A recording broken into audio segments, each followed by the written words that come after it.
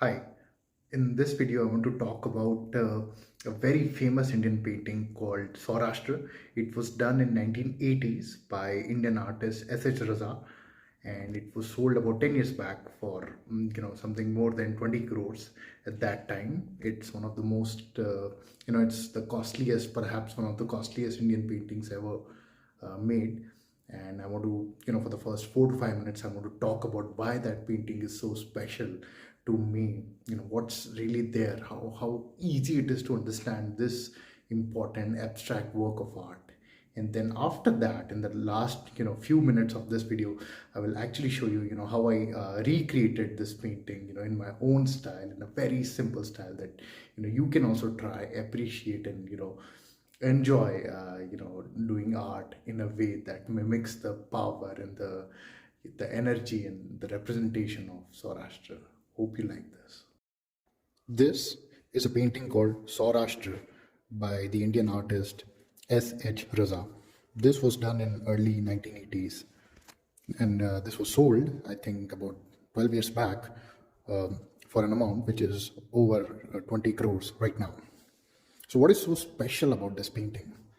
I think in my opinion, if you look at this painting, at least the top half of the painting, you see a lot of orange, you see brown, you see yellow, and you see a mixture of these things along with some amount of green to balance these orange, brown, and yellow shades. Now these colors, oranges and browns and yellows, are very dear to me because I am from Rajasthan. And everywhere you go, whether you go to you see a fort, you see those colors coming at you, those deep saturated yellow ochres and browns, and all sort of mixtures of yellows and browns. Or you look at the clothes that people wear, and you again see yellows and oranges and reds and browns. So as a Rajasthani person, these colors are very, very dear to me. You can't just think about Rajasthan without thinking of warm yellows and oranges and browns. And so as an artist, how could have someone combine these millions of different visuals that one sees as he enters the state of Rajasthan and Gujarat, these millions of visuals with beautiful, warm, saturated yellows and browns and similar shades. How could an artist have combined all these things together in a painting? And this is S.H. Raza's answer. By creating these collage of this, amalgamation, these boxes of colors, you can feel, you look at this and you can instantly feel, I can at least instantly feel being transported to my home state, transported to the streets of Udaipur or Jodhpur, and being filled with these warm colors. And that's, I think, the power of this painting, that just using these combination of colors and setting them up on the canvas, you can feel that you are transported to Rajasthan or Gujarat. The artist did not have to create a camel or a desert scene or a fort or paint someone in that attire. The magic of his abstraction, or abstraction in general, is that it never directly reveals the thing that it's about. The painting never directly tells you that this is about that state of Rajasthan and those colors.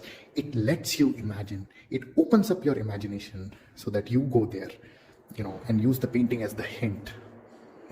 So these colors it's like a whole medley of colors from Rajasthan and Gujarat, on the canvas, and beautifully arranged using, S.H. Raza was a very experienced artist. So he knows exactly, he intuitively understands how to put colors on canvas in a way that it's visually appealing, it's harmonious. It's a joy to look at. It's filled with energy. It's filled with a sense of balance.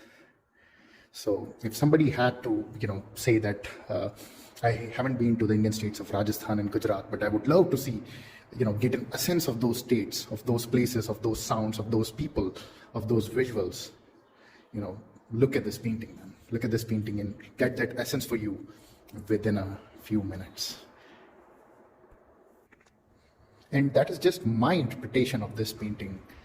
There could be many other interpretations here, that, let's say, the green symbolizes the Muslim religion, and the oranges and the red symbolize the Hindu religion, and together there's a harmony between those two religions that is depicted here.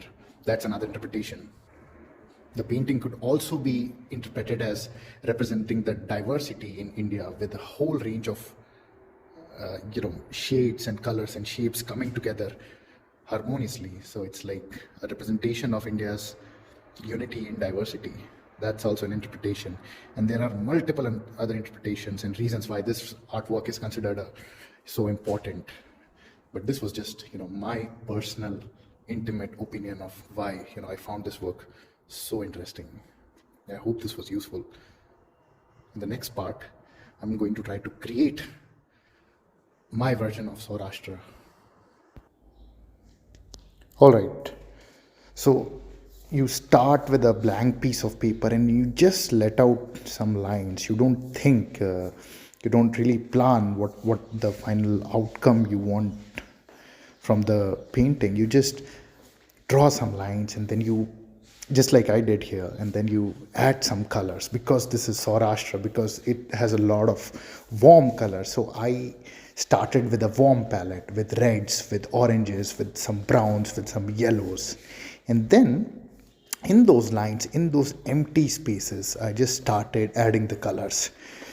So if you look at the empty spaces, it's very simple geometrical shapes. It's like squares and some circles and some lines interacting to intersecting to form different sort of box sort of shapes.